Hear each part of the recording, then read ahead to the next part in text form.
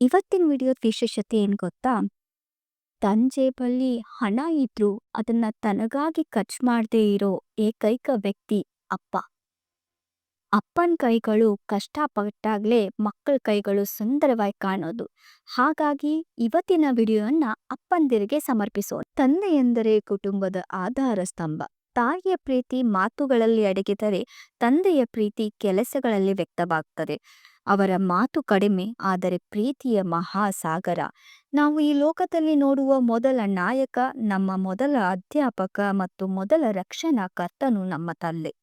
ನಮ್ಮ ಬಾಲ್ಯದ ಕನಸುಗಳನ್ನು ಇನ್ನೂ ಸ್ಪಷ್ಟವಿಲ್ಲದಾಗಲೇ ಅವರು ನಮ್ಮ ಭವಿಷ್ಯಕ್ಕೆ ರೂಪ ಕೊಡುವ ಕೆಲಸ ಆರಂಭಿಸ್ತಾರೆ. ನಾವು ನಿದ್ದೆಯಲ್ಲಿ ಮಲಗಿರುವಾಗ ಅವರು ಎಚ್ಚರದಿಂದ ಕೆಲಸ ಮಾಡ್ತಾರೆ.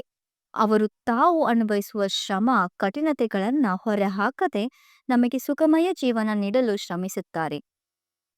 ತಂದೆಯ ಪಾತ್ರವು ಸಹಜವಾಗಿಯೇ ಗಂಭೀರವಾಗಿರುತ್ತದೆ. ಅವರ ಕುಟುಂಬವನ್ನು ಆರ್ಥಿಕವಾಗಿ, ಮಾನಸಿಕವಾಗಿ, ಸಾಂಸ್ಕೃತಿಕವಾಗಿ ಬೆಳೆಸುವ ಕಾರ್ಯ ಮಾಡ್ತಾರೆ. ಅವರು ತಮ್ಮ ಸ್ವಂತ ಆಸೆಗಳನ್ನ ಬದಿಗೊತ್ತಿ ಮಕ್ಕಳು ಮುಂದುವರಿಯಲು ಬೆನ್ನೆಲುಬಾಗಿ ನಿಲ್ಲುತ್ತಾರೆ. ಮಕ್ಕಳ ಗೆಲುವಿನ ಅವರ ತೃಪ್ತಿ ಹೊಂದುತ್ತಾರೆ. ಮಕ್ಕಳ ಸೋಲಿನಲ್ಲಿ ಕೂಡ ಆಧಾರ ನೀಡುತ್ತಾರೆ. ತಂದೆಯ ಪ್ರೀತಿ ನಿಸ್ವಾರ್ಥ. ನಾವು ಎಷ್ಟು ದೂರ ಹೋಗಿದರೂ ನಮ್ಮ ನೆನಪಿನಲ್ಲಿ ಬೆರಕಾಗಿರುವ ಚಿಹ್ನೆ ಅವರ ಪ್ರೀತಿ, ಮಾರ್ಗದರ್ಶನ. ಅವರು ಬಹುಮಾನವಿಲ್ಲದೆ ಬೋಧಿಸುವ ಜೀವನ ಪಾಠಗಳು, ಕಠಿಣ ಸಮಯದಲ್ಲಿ ತಾಳ್ಮೆಯಿಂದ ನಿಲ್ಲುವುದೆಂತಲೂ ನಮಗೆ ಹೇಳಿಕೊಡುತ್ತಾರೆ. ತಂದೆಯ ಪ್ರೀತಿ ಬಹುಮಟ್ಟಿಗೆ ಶಿಸ್ತು ರೂಪದಲ್ಲಿರುತ್ತದೆ.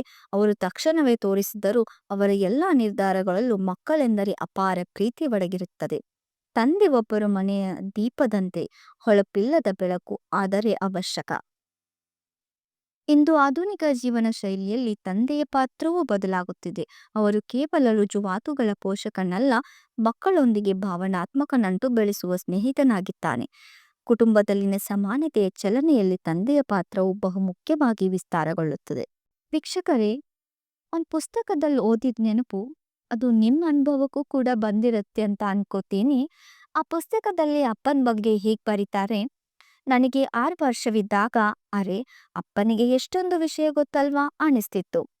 10ನೇ ವರ್ಷಕ್ಕೆ ಕಾಲಿಟ್ಟಾಗ ಅಪ್ಪ ಒಂಥರ ಸಿಡುಕನಂತೆ ಕಂಡ.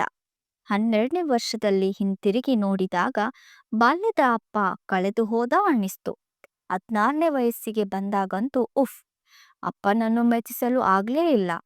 19ನೇ ವರ್ಷದಲ್ಲಿ ನನಗೂ ಅಪ್ಪನಿಗೂ ಸಣ್ಣ ಜಗಳವಾಯ್ತು. 21ಕ್ಕೆ ಬಂದೆನಾ, ಅಪ್ಪ ವಿಪರೀತ ಬಿಗಿಯಾದವನಂತೆ, ತೀರಾ ಒರಟನಂತೆ ಕಂಡ.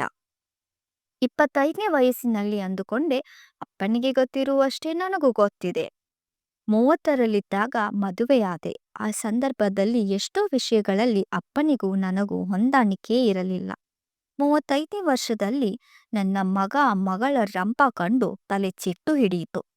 39ರಲ್ಲಿದ್ದಾಗ ಮಕ್ಕಳಿಗೆ ಶಿಸ್ತಿನ ಪಾಠ ಹೇಳಿಕೊಟ್ಟೆ. ಅಪ್ಪ ನೆನಪಾದ. 42ನೇ ವಯಸ್ಸಿನಲ್ಲಿ ಅನಿಸಿದ್ದು, ಅಪ್ಪನಂತೆಯೇ ಬಿಗಿಯಾಗದೆ ಹೋದ್ರೆ ಮಕ್ಕಳು ಬಗ್ಗಲ್ಲ. 45ರ ವಯಸ್ಸಿನಲ್ಲಿ ನನ್ನನ್ನು ಸಾಕಲು ಅಪ್ಪನಿಗೆ ಎಷ್ಟೊಂದು ಕಷ್ಟ ಆಯ್ತೋ ಅಂದುಕೊಂಡೆ. 50ರಲ್ಲಿದ್ದಾಗ ಅನಿಸಿತು, 2 ಮಕ್ಕಳನ್ನು ಸಾಕೋದೇ ಕಷ್ಟ, ಅಪ್ಪ 4 ಮಕ್ಕಳನ್ನ ಹೇಗೆ ಸಾಕಿದ? 58ನೇ ವಯಸ್ಸಿನಲ್ಲಿ ಮಕ್ಕಳು ನನ್ನನ್ನೇ ಹೀನಾಯವಾಗಿ ನಿಂದಿಸಿದರೂ ಅಳು ಬಂತು ನನಗೆ. ಕಡೆಗೂ ಹಳೆಯದೆಲ್ಲ ನೆನಪಾಗಿ ಗೋಡೆಯ ಮೇಲಿನ ಚಿತ್ರವಾಗಿದ್ದ ಫೋಟೋ ಮುಂದೆ ನಿಂತು ಅಪ್ಪ ಯು ಆರ್ ಗ್ರೇಟ್ ಅಂದಾಗ ನನಗೆ 60 ತುಂಬಿತ್ತು. ಅಪ್ಪನ ಮಹತ್ವ ತಿಳಿಯಲು 54 ವರ್ಷ ಬೇಕಾಯ್ತು. ಅಪ್ಪ, really you are a great. ಎಷ್ಟೇ ಜನ್ಮವೆತ್ತಿದರೂ ನಿನ್ನ ಋಣವನ್ನು ತೀರಿಸಲು ಅಸಾಧ್ಯ. ಎಲ್ಲರಿಗೂ ಅಪ್ಪಂದಿರ ದಿನದ ಶುಭಾಶಯಗಳು. ಲವ್ ಯು ಪಾ. ಈ ವಿಡಿಯೋ ಇಷ್ಟ ಆದಲ್ಲಿ ಲೈಕ್ ಮಾಡಿ, ಕಾಮೆಂಟ್ ಮಾಡಿ, ಶೇರ್ ಮಾಡಿ, ಹಾಗೆ ಸಬ್ಸ್ಕ್ರೈಬ್ ಮಾಡೋದನ್ನ ಮರಿಬೇಡಿ. ಮತ್ತೆ ಭೇಟಿಯಾಗೋಣ ಮುಂದಿನ ವಿಡಿಯೋದಲ್ಲಿ.